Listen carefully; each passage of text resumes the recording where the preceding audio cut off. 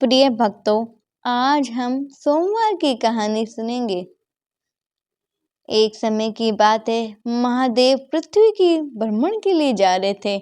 तभी माता पार्वती ने कहा, स्वामी मैं भी चलूंगी। तब महादेव ने कहा, नहीं, आपको रास्ते में भूख प्यास लग जाएगी।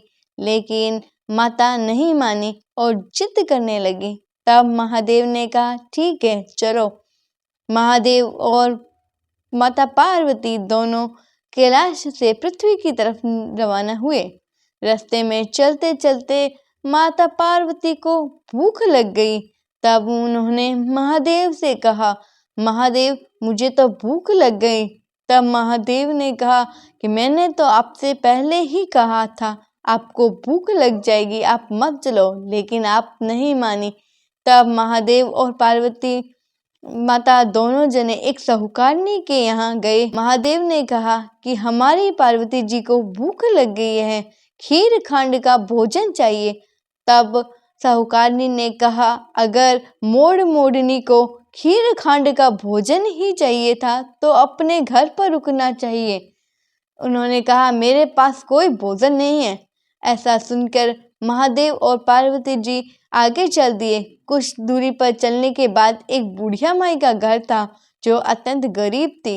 वहां जाके महादेव ने कहा, बुढ़िया माई, हमारी पार्वती जी को खीर खांड का भोजन चाहिए।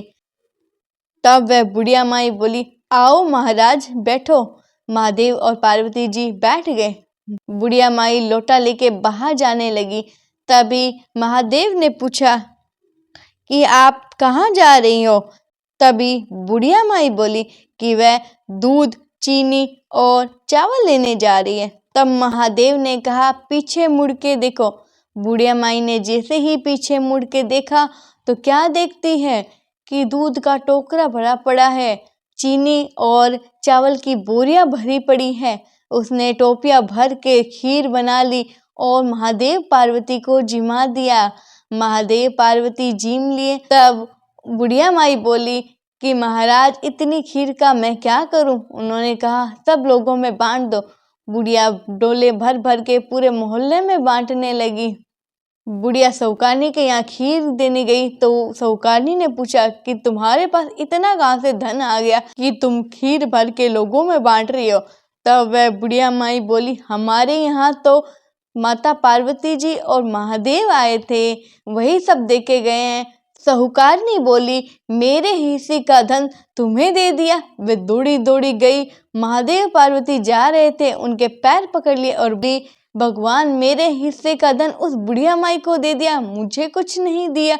तब महादेव जी बोले, तूने ना की इसलिए तेरे ना हो गई, उसने हाँ की इसलिए उसके हाँ हो गई। साहूकारनी बोली, नहीं नहीं, मुझे कुछ तो वर दो। तब महादेव बोले कि तुम्हारी गिलोड़ी में घी रहेगा, तिलड़ी में तेल रहेगा, काम तेरा रुके ना, धन तेरा जुटे ना। ऐसा कहते हुए महादेव पार्वती कैलाश की ओर रवाना हो गए। ये महादेव जैसे बुढ़िया माई को दिया सबको देना, जैसे साहूकारनी को दिया किसी को नहीं देना, कहते सुनते हुंकारे भरते को दे। आपको ये वीडियो अच्छी लगी हो तो लाइक करें, चैनल को सब्सक्राइब करें।